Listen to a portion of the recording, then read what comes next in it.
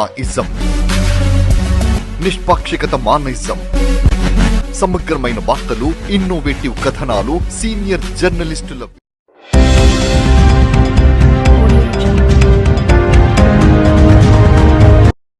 Promotion పేరుతో reels, ఆపై బలపు వల. ఇద్దరు యువ వైద్యుల మధ్య ఘర్షణ. చివరకు రీల్స్ చేసే అమ్మాయి యువ వైద్యుడి మధ్య ప్రేమతో మనస్తాపానికి గురై వైద్యుడి భార్య ఆత్మహత్య చేసుకున్న ఘటన హన్మకొండ జిల్లాలో చోటు చేసుకుంది. ఇక వివరాల్లోకి వెళ్తే, హన్మకొండ జిల్లా హసన్పట్టి వద్ద ఓ విల్లాలో కార్డియాలజీ వైద్యుడు డాక్టర్ సృజన్, అతని భార్య డెంటల్ సర్జన్ డాక్టర్ ప్రత్యుష నివసిస్తుంటారు. ఈ మధ్యనే మెడికోవర్ ప్రైవేట్ హాస్పిటల్లో కార్డియాలజీ విభాగంలో విధుల్లో చేరిన సృజన్ కి రీల్స్ మరియు ప్రమోషన్స్ చేస్తానంటూ బానోతు శృతి అలియాస్ బుట్టబొమ్మ పరిచయమైంది. ఇద్దరి మధ్య స్నేహం పెరగడంతో డాక్టర్ సృజన్ కు మరియు భార్య ప్రత్యుష మధ్య గొడవలు ప్రారంభమయ్యాయి. గొడవలు కాస్త తీవ్రం కావడంతో సృజన్ భార్యకు విడాకులు ఇచ్చేందుకు సిద్ధమయ్యాడు. ఈ క్రమంలో మాటామాట పెరిగి నిన్న ఉదయం ఇద్దరి మధ్య పెనుగులాట జరిగింది.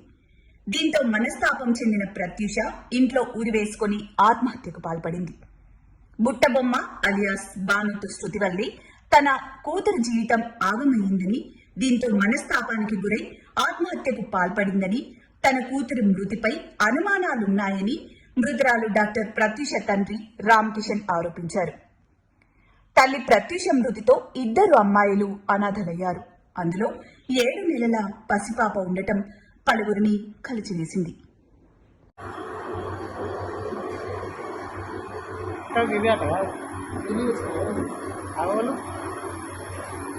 అదేంటి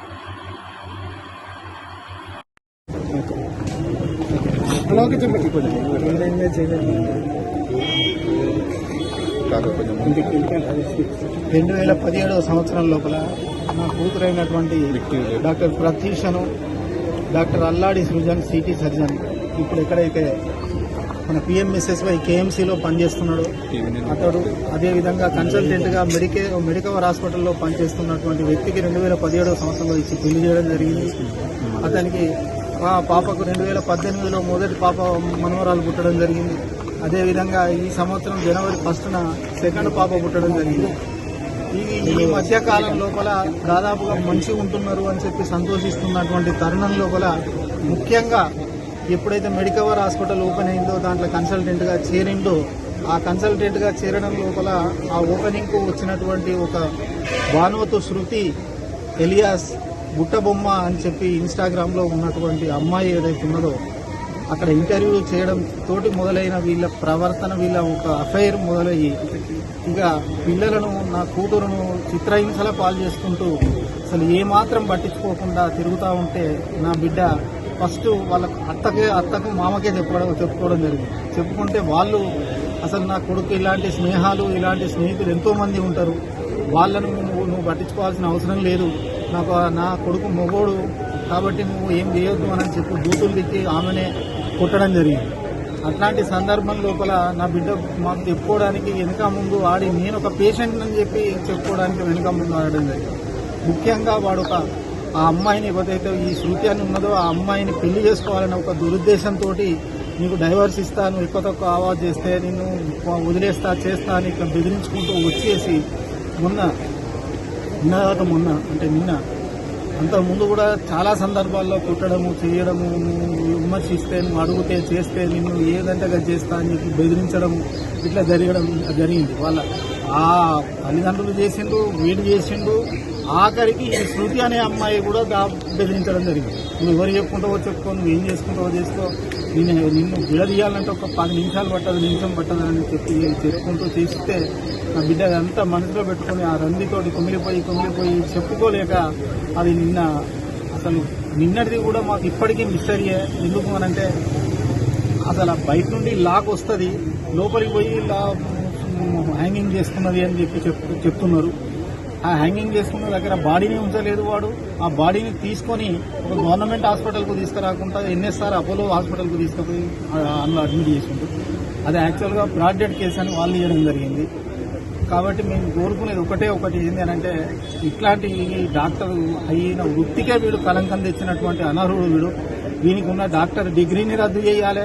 ముఖ్యంగా ఇంకొక అమ్మాయికి, ఏ అమ్మాయికి కూడా ఇలాంటి అన్యాయం జరగద్దు. ముఖ్యంగా అదేవిధంగా ఒక ఆడదానికి ఆడదే శత్రువు అన్నట్టుగా ప్రవర్తించి ఇవాళ నా బిడ్డ చనిపోవడానికి కారణమైనటువంటి ఆ భానుకు శృతిని, అదేవిధంగా డాక్టర్ సుజన్ను, వాళ్ళ తల్లిదండ్రులను కఠినంగా శిక్షించాలని చెప్పి మాత్రం నేను కోరుకుంటాను. మీరు అన్నట్టు డైలీ మనం సోషల్ మీడియాలో కానీ మీడియాలో జరుగుతుంది. నిన్న కూడా ఏదైతే మా రామకృష్ణ వరంగల్ జిల్లా టీఎన్ఎస్ అధ్యక్షుడు జేఏసీ చైర్మన్ గారి కూతురు మరి వాళ్ళు ఎంతో మధ్యతరగతి కుటుంబం నుండి వచ్చి మరి మా అమ్మాయికి ఒక డాక్టర్ సంబంధం అయితే సుఖశాంతులతోనే ఉంటుందని చెప్పి నమ్మకంతో అట్లాంటి ఒక నీచునికి కట్టబెట్టడం వల్ల మరి ఆ అమ్మాయి మృతిని మేము కూడా నిన్న దగ్గర నుండి చూడడం జరిగింది. ఒంటి మీద అనేకమైన గాయాలు, అనుమానాలు మాకైతే ఉన్నాయి. మరి వాడు కూడా కనీసం ఇన్ఫర్మేషన్ కూడా ఇవ్వకుండా డైరెక్ట్ హాస్పిటల్ తీసుకోవడం అనేది అమ్మాయి సూసైడ్ చేసుకోవడం జరిగింది, సూసైడ్ చేసుకుని చనిపోయిందని చెప్పడం జరుగుతుంది. మరి మాకున్న ఇన్ఫర్మేషన్ ప్రకారం అమ్మాయి ఒంటి మీద గాయాలు ఉన్నాయి. మాకు ఈ మృతి మీద అనుమానం ఉన్నది. మేము వెంటనే మరి అసన్పర్తి కాజిపేట ఏసీపీ గారిని, అసన్పర్తి సిఐ గారిని కూడా మేము కన్సల్ట్ చేయడం జరిగింది. వారు తక్షణమే సానుకూలంగా స్పందించి చట్టరీత్యా మేము చర్యలు తీసుకుంటామని చెప్పి మాకు స్పష్టమైన హామీ కూడా ఇవ్వడం జరిగింది. మాకు కూడా పోలీస్ వ్యవస్థ మీద పూర్తి నమ్మకం ఉన్నది. కానీ మేము మీడియా పరంగా ఒకటే చెప్పదలుచుకున్నాం, ఏదైతే మా జిల్లా అధ్యక్షునికి జరిగిన అన్యాయానికి, వాళ్ళ కుటుంబం జరిగిన అన్యాయానికి యావత్తు ఉమ్మడి వరంగల్ జిల్లా జేఏసీలు అందరం నాయకులు కూడా ఇక్కడికి రావడం జరిగింది. అందరం కూడా ఎవరైతే ఈ డాక్టర్ సుజన్, అల్లాడి సుజన్ మా దగ్గరనే ఎంజిఎంలో కార్డియోథెరాసిక్ సర్జన్గా పనిచేయడం జరుగుతుంది. ఏదైతే శృతి అనే అమ్మాయి వాళ్ళలో పడి మరి మా అమ్మాయికి అన్యాయం చేయడం జరిగిందో వారిని ఏదైతే అబ్బాయి కూడా మరి కనీసం తల్లిదండ్రులు బుద్ధి చెప్పి గాడిన పెట్టే సందర్భాలు కూడా మనం చూడలేదు. వాళ్ళు కూడా అబ్బాయికి పూర్తి సపోర్ట్ చేసి అమ్మాయిని కూడా హింసించడం జరిగింది. మరి ఇట్లాంటి బాధాకరమైన పరిస్థితుల్లో మరి మా అన్న వాళ్ళ కుటుంబానికి మేము పూర్తిగా అండగా బాసటగా ఉండడానికి మేము సిద్ధంగా ఉన్నాం.